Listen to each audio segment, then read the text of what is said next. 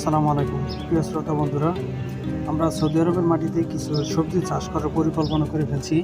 Already চাষ কিছুটা করছি। আমরা এখন তো মাটি পাওয়া যায় না, যদিও আমরা মাটি এটা সংগ্রহ করছি, সেটা কীভাবে সংগ্রহ করছি সেটাও আপনাদেরকে দেখাচ্ছি। তো আমরা এখানে কিছু টব বানাইছি।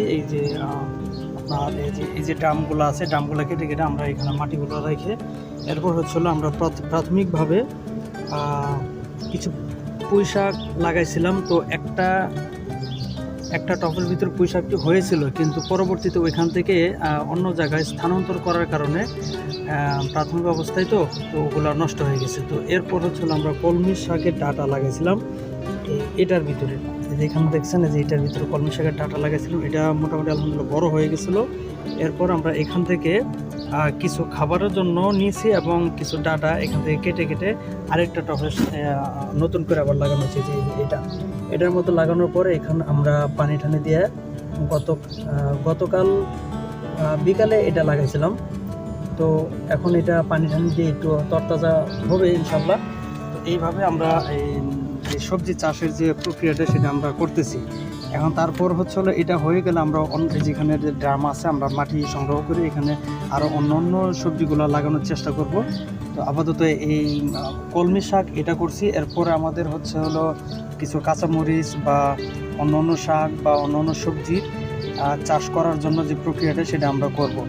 তো দর্শক, আপনাদেরকে দেখাবো যে আমরা কীভাবে, এখানে তো মাটি পাওয়া যায় না, আমরা কীভাবে এখানকার মাটি সংগ্রহ করি। এই যে আমাদের এখানে যে গাড়ি ধুই, গাড়ির সাথে যে চাকার সাথে যে বালিগুলো আসে, এগুলো এখান থেকে আসার পরে যে সামনে একটা ড্রেন দেখতেছেন, এই ড্রেনের ভিতরে ওই সাইডে একটা আছে, এই সাইডে একটা আছে, ড্রেনের ভিতরে চলে আসে। তো আমরা এই ড্রেন থেকে পানি সহ ময়লা সহ এই যে এখানে একটা হাউস আছে ছোট্ট, এখানে আসে জমে। এই যে আজকে সকালবেলা কিছু মাটি ওঠানো হয়েছে, এটা ভরে গেছিলো। এই যে মাটিগুলো দেখতেছেন, এই যে বালু মাটি এটি, আর ওই যে ওইখানে এগুলো আজকে পরিষ্কার করে উঠানো হয়েছে।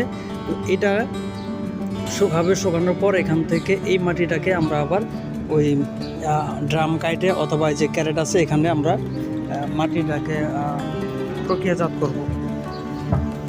করার পর আমরা এটার মধ্যে নতুন করে ওই কিছু জৈব সারের ব্যবস্থা আছে। যেমন এখানে অনেকগুলো কবুতর আছে, কবুতরের যে পায়খানা করে ওগুলো আমরা এখানে মিশ্রণ করে তারপর আমরা এই মাটিটাকে আমরা উপযোগী করে তুলি গাছ লাগানোর জন্য। তো দর্শক শ্রোতা বন্ধুরা, আমাদের এই উদ্যোগটা নেওয়া কেমন হয়েছে আপনারা অবশ্যই কমেন্ট করে জানাবেন এবং লাইক করবেন এবং শেয়ার করবেন ইনশাআল্লাহ।